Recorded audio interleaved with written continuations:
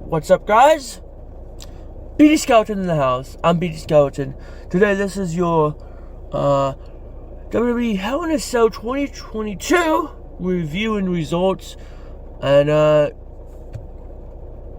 this pay-per-view was interesting, and honestly, it was okay. I did think it was slightly, and I mean slightly boring, but I think you had at least 3 good matches, a couple okay matches, and a match that wasn't really anything special.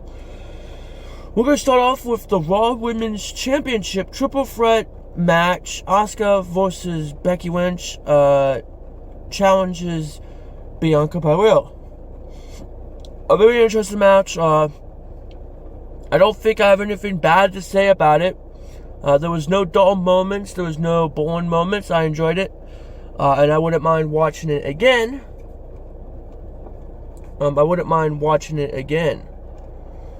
It was very cool. I really enjoyed it. Becky Lynch got screwed over. Now, I think the next pay-per-view will be Becky Lynch versus Bianca Belair. Now, Bianca Belair steals the pin and wins the belt, retains, and that was interesting. Asuka did lose again, but I think that's okay. I mean, well, no, not really, but whatever. I don't know where these women go. I don't know what they do, but Bianca Belair versus Becky Lynch sounds okay. I don't know what you do about SummerSlam, but yeah. Handicap match. MVP versus, and Almost versus Bobby Lashley. Bobby Lashley was able to defeat them by pinning MVP.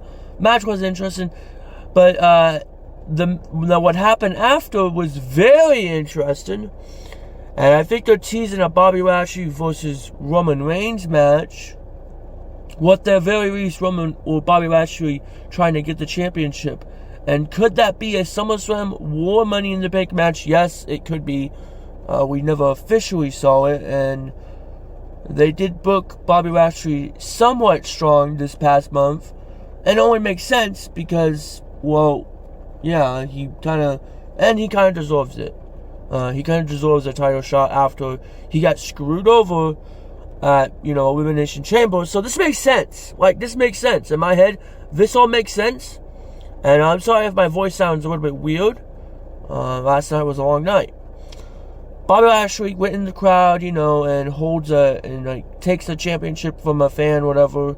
Not like an aggressive, giving it, and it might have been counted, it might not have been, but who knows. And holds it up and walks around the ring with it and stuff. So, I think this is a possibility, and I wouldn't be surprised if it is. We're gonna see what happens, but fucking hell. I don't know, but, yeah. Kevin Owens versus Ezekiel, a.k.a. Elias, but anyway. Kevin Owens wins. I don't know. I think Kevin Owens needs to move on. I think it's over, but whatever, it's not, because whatever. It was a good match and stuff, but not really. It wasn't interesting. I think, the handicap match in this match really was not that good. I mean, it was a match, they did their thing, it was somewhat okay, but it wasn't anything bad or terrible. And by the way, this is the first time in a long time we only had one Hell in a Cell match.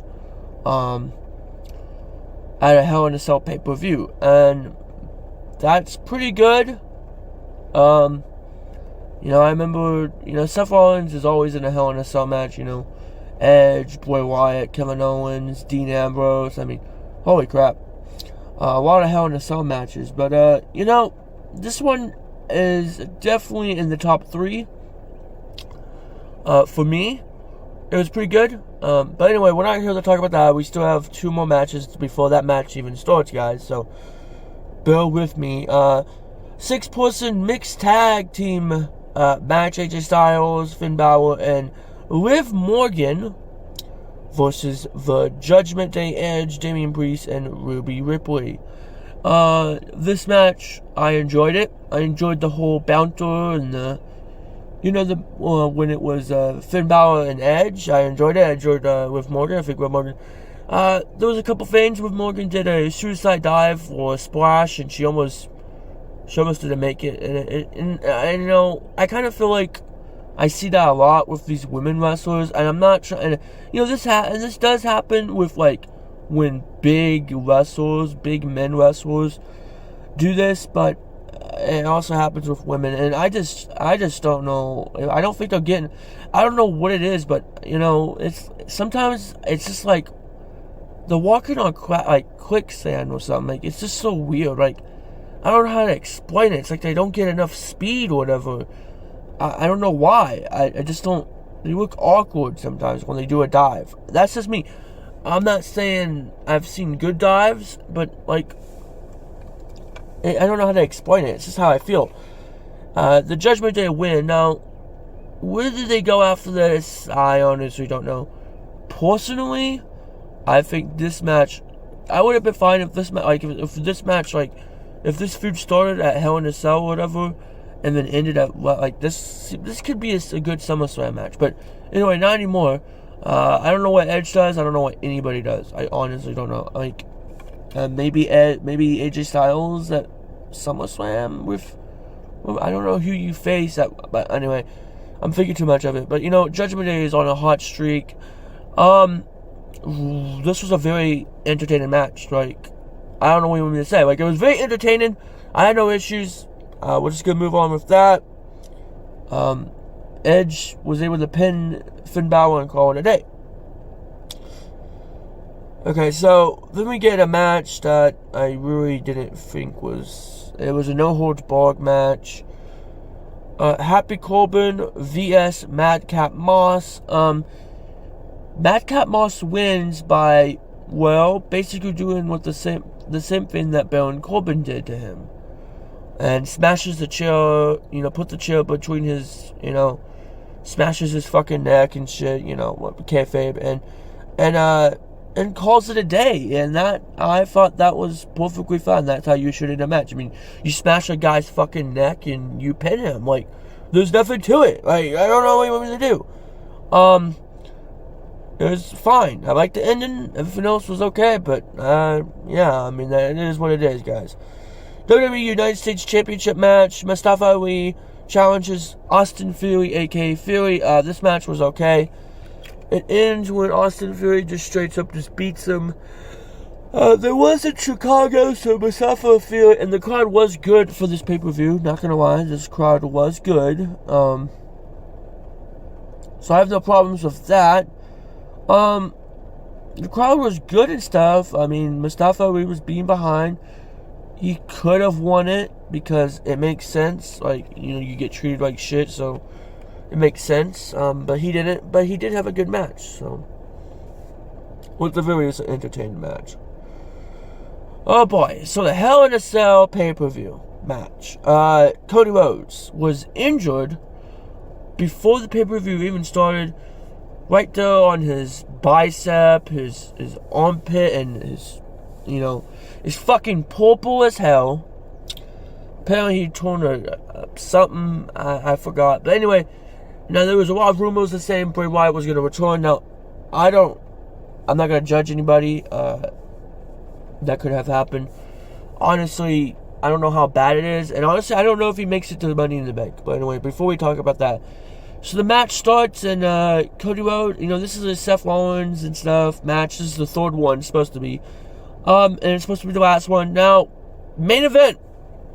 Very interesting, that's the main event. But it's the only thing that makes sense, and it's the only thing that they have. A very good feud, a very good match. We had basically turned into a freaking strap match, kind of. Seth Rollins' forearm did bleed a little bit when the bull rope was involved. There was kendo sticks, there was a table spot, a Boca Bomb table spot. That was good. I just don't understand how Cody Rhodes was able to do this, able to wrestle like this. Personally, I don't know. But it is possible. I don't know how bad this is. He wrestled in it, so it can't be as bad as it looks. You know, sometimes, you know, I don't know, but if you rest it, I don't know how long it takes. Probably tonight, you know, he's gonna tell us some bad news, like he won't make it until he won't be back until SummerSlam. And that's going to suck because it's like the natural storyline is to go to Money in the Bank and win the Money in the Bank cash-in. Or win the Money in the Bank briefcase. That's supposed to be what I would do. Now, they did use a sledgehammer and a pedigree. I don't know if I agree with this. I don't know if I'm good with this. I don't know if I, think it's a good idea. I don't know. But, yeah, it is what it is. I don't know. It ends when Seth Rollins gets hit with a sledgehammer. Oh, by the way, the crossroads, he used it too many times. And also, there was one moment where Seth Rollins does a crossroads and Cody Rhodes doesn't even sell it. I don't know if I agree with that. I don't know if that's a good idea, but whatever. I mean, it's different. I don't know what you could have said. I mean, like, okay. Cody Rhodes was selling pretty good. Well, I mean, Jesus. I mean, selling. I mean, oh my God. So, yeah. So, the match is good. Ends with a sledgehammer spot. 1, 2, 3, and, we get off there, and I'm waiting, like, hey, is somebody going to turn? Is somebody going to get hit? Is somebody going to get smashed in the head? I don't know. That didn't happen. I give it a 7.5, a 7 out of 10. I think the show was definitely good. Would I watch it again? Yeah, sure, I'll watch it again, but now all the Money in the Bank season, and to me, that's a little bit more exciting than Hell in a Cell. So, yeah. So, overall, everything's good. I don't know what we do. So, yeah. It is what it is. So, I hope you guys have a nice day. Subscribe, and I'm BD Skeleton, and see you guys next time.